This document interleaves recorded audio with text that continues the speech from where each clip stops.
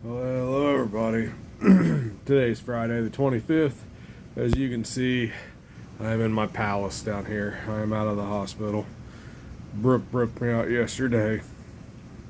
Anybody that knows me knows that I have a pretty short fuse, and I'll go so long, and then I'll have a moment. And when I have a moment, the best thing to do is give me a few minutes to have my moment, and then I'll be fine. The only problem is the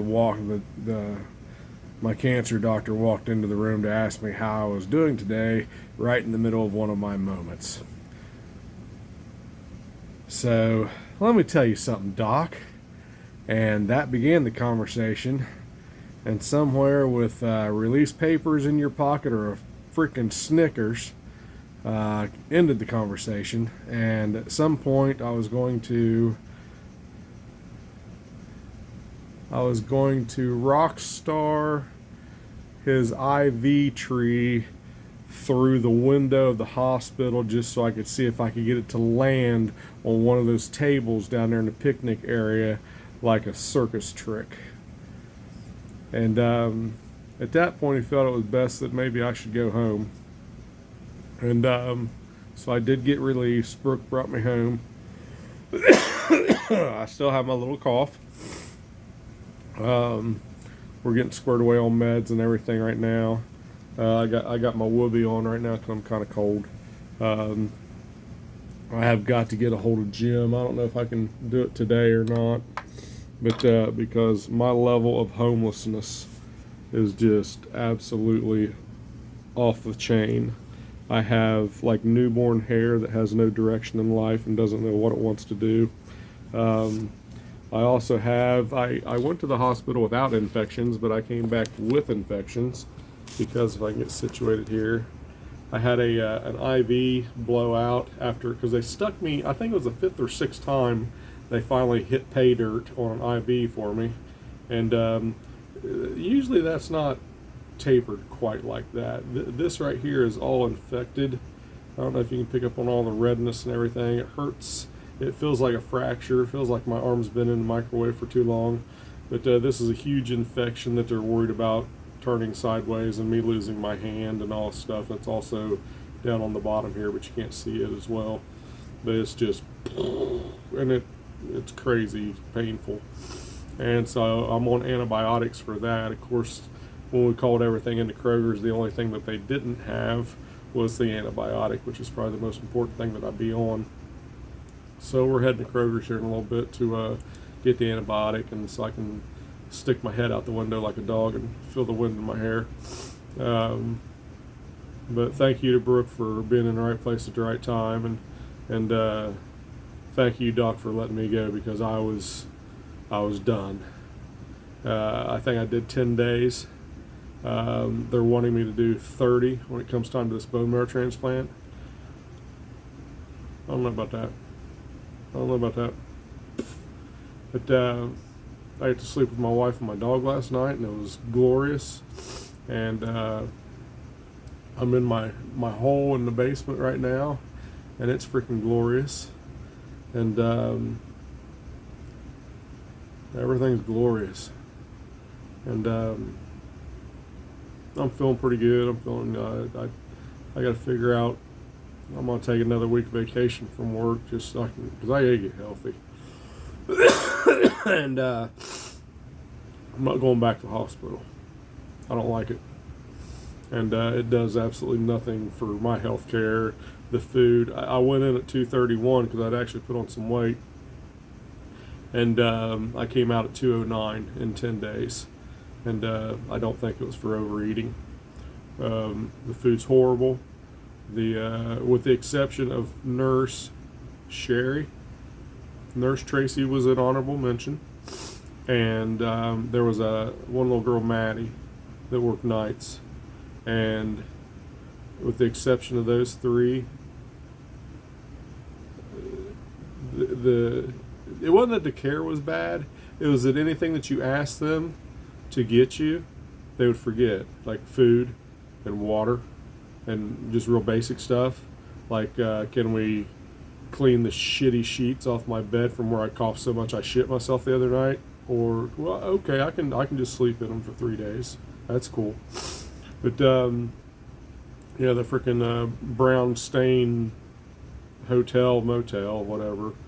But and all these buckets that you want me to pee in, are we going to save all those, or can we pour those in the toilet after you figure out how much fluid I've run through myself? And I was having to fill up my water jugs out of the bathroom sink just so I could have water to drink because I couldn't get any water. And the people that do the food, I was in a COVID room, so COVID people you don't have to feed, and apparently. So they wouldn't even knock on my door, ask me if I want anything to eat or anything, because I might give them the Jumanji. And so then I had some nurses that were perfectly fine with, making sure that I had something to eat. And then I had some nurses that were perfectly fine with taking the order, but could never seem to remember to give it to anybody. And then I had some nurses that just absolutely would not do it. It's like, here's this little phone with this wrong number that nobody's going to answer. That's what you need to call. And so it wasn't very pleasant. I wasn't very impressed. I'm glad to be back home. I will not be at the archery tournament this week. I'm still a little sketch, and I'm not going back to the hospital.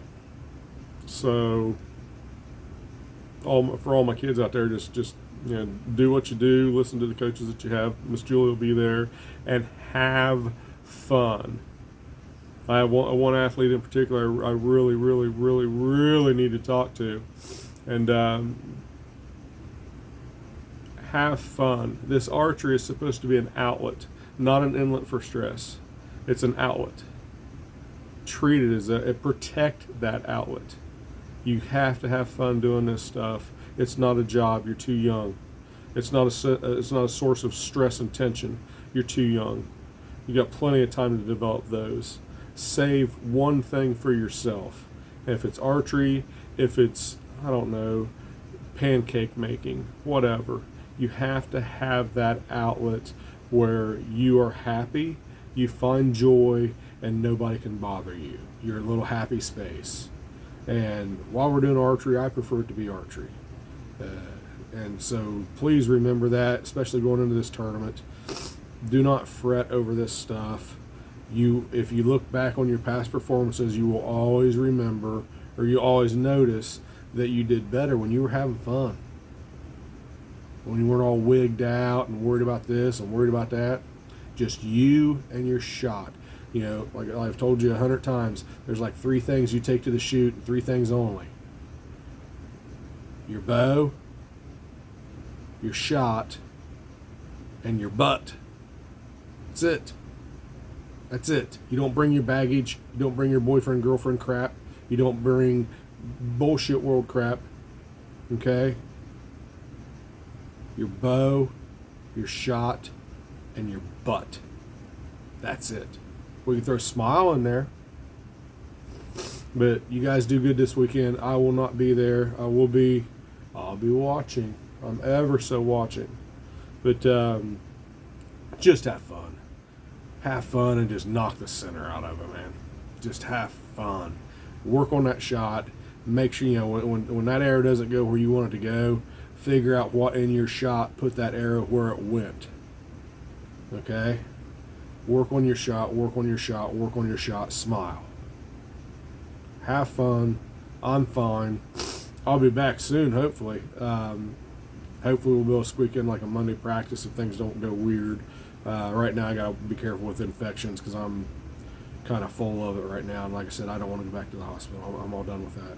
But I'm doing well. I got to make a call to mom and dad because actually they don't even know I've been paroled yet because I came home and kind of slept. But love everybody. Thanks for all the prayers. Thank you, Jesus. Oh my gosh.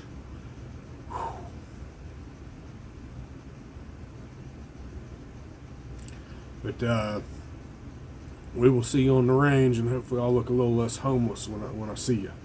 Love you guys, one and all.